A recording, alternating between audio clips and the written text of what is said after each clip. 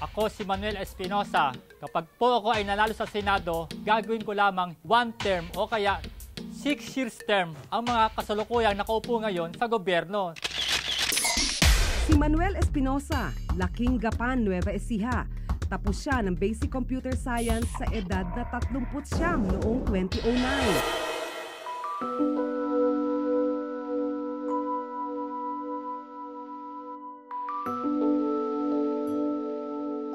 Binata, kasalukuyang walang trabaho at nakikitira sa bunsong kapatid sa Balintawak, Quezon City.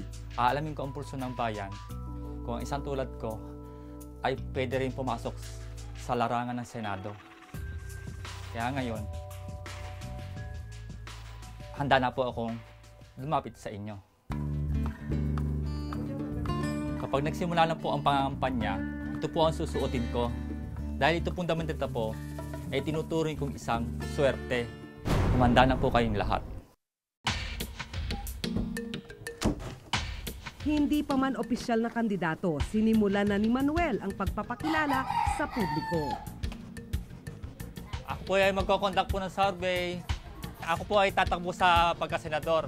Sana po ay humingi po ako ng inyong suporta. Ngayon po magsasurvey po ako sa iba't ibang lugar para malaman ko ang pulso ng mga mamamayan. Mare, meron kasi ako mga inahay na batas na ginawa. Endorse ko siya sa mga kaibigan ko, sa mga kakilala ko, para iboto siya, para masuportahan namin siya. Sa ikapapanalo niya. Ako po ay nagkukontak ng survey, hindi lang po sa lugar natin, para maging bahay sa lahat ng kandidato. Ako ay pumupunta-punta sa iba't ibang lugar. Sa iyo bilang pagkatao wala akong masabi. Kaya lang, bilang politician, malaki yung may tatanong ko sa sarili ko. Bakit ka tatakbo sa ganyan kagulong sitwasyon? Katulad nga sinabi ko sa inyo, yan din ay naitanong ko sa mga kandidatong tumatakbo. Bakit kayo tumatakbo? Ang sabi sa kanila, naghahanap sila ng pagbabago. Ang sabi ko sa kanila, pag sinabi niyo pagbabago, nakikita ko wala rin pagbabago kung kayo ang mananalo. Hindi lang pagbabago ang tinatakbo ng mga politiko dito eh. Kundi sarili nilang interes. Interes. Nasabi ko na rin po. Pero sa iyo, sa tingin ko, pagbabago nga, ang problema, paano mo maipapanalo yung pagbabago na yun kung wala kang makinarya? Kung tatanungin mo kung pagkatao ni Manny, wala akong masabi. Matinong tao yan, mabait yan, wala akong naging problema sa matagal lang yung pagkasama. Kaya lang, kinukustyo ko bakit sa ganun pang posisyon. Sa 3 oras na pagsasurvey ni Manuel sa kanilang lugar, 22 katao ang nagpaabot ng kanilang suporta. Balak din ni Manuel na umikot sa mga probinsya. Gusto ko pong gagawin ay manghingi ng mga free pipes sa mga pangunahing bus company na pumupunta sa iba't ibang probinsya. Mahirap pero susubukin ko. Gagawin ko ang lahat para talaga po ay lubos na makilala ng mga tao sa buong Pilipinas. Ako po si Brother Marlon Rirao ng New Salem, Heraw na Tarlac.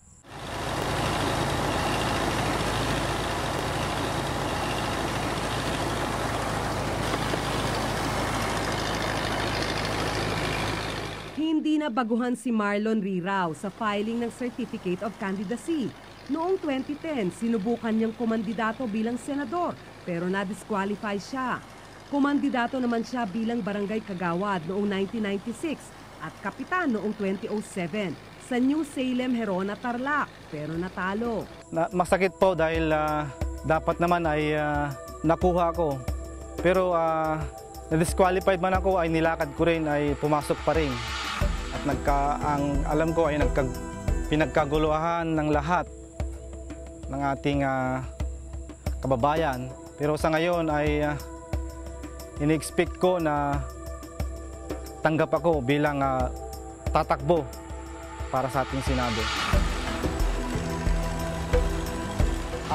Isang linggo akong umextra dyan, nagtrabaho para maka-ipon ng pundo para sa ating pagtakbo sa Senado. Ume-extra bilang elektrisyan si Marlon. May certificate siya bilang electronic technician noong 1995 sa Learning Institute of Technology sa Tarlac. Ang una ang nagtulak sa akin ay ang Diyos na siyang bumubuhay sa atin at ang ating sariling kakayahan at ating nagawa sa nakaraan bilang isang lingkod ng Diyos. At ngayon ay maglilingkod ako sa ating kapwa-tao. May sapat naman daw siyang kakayahan para maging senador.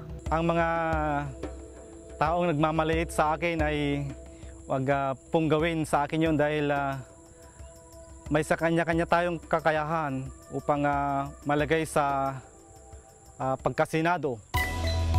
Kung minsan daw, hindi lubos na naiintindihan ng ilang kumakandidato ang politika. Akala nila sometimes na yung kaalaman nila ay good enough para tumakbo into public office, na sila ay paniwalaan ng mga tao na hopefully boboto sa kanila.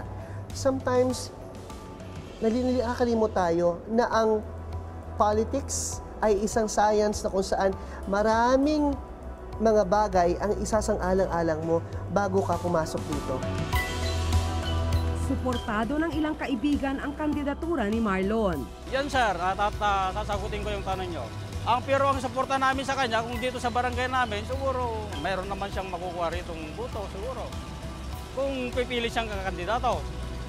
Siyempre, alangan na mapapabayaan yung mga kamag-anak niya. May payo siya sa mga botante. Sana matignan nila ang nararapat maglingkod sa ating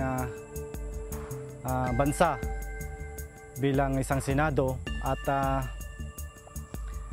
sana magkaroon sila ng pusong maunawain at magandang kaisipan. Bilang hindi nyo ko kilala, Usaping legal man ang balak na ruta ni Manuel sakaling hindi siya pasalihin sa eleksyon. napag-isipan ko na po yan. Pupunta po ako sa Public Attorney's Office.